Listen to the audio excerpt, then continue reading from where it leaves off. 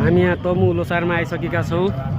तमु लोसारको गुरुङ जातिहरूको विशेष रहेको छ यो।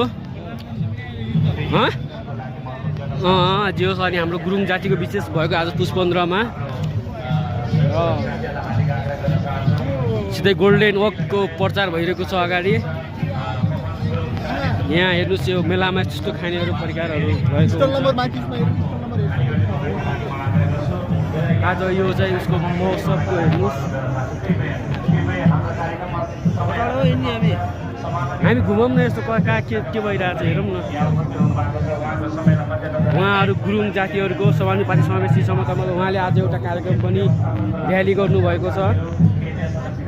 विशेष गरी गुरुङ जातिहरूको रहेको छ तमु लोसार।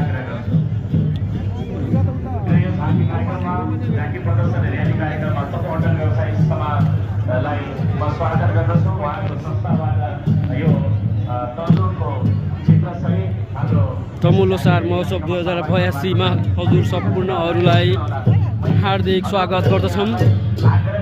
र उहाँहरू हुन्छ हाम्रो गुरुङ जातिहरूको विशेष महान चाडपर्व रहेको र साथै नेपालीहरूको पनि महान चाड रहेको छ।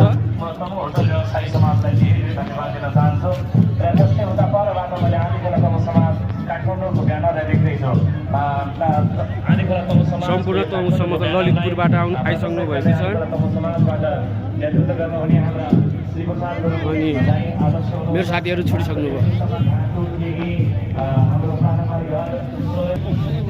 यो हेर्नुहोस्, यहाँ बङ्गुरको यस्तो हालत गरिदिनु भएको छ।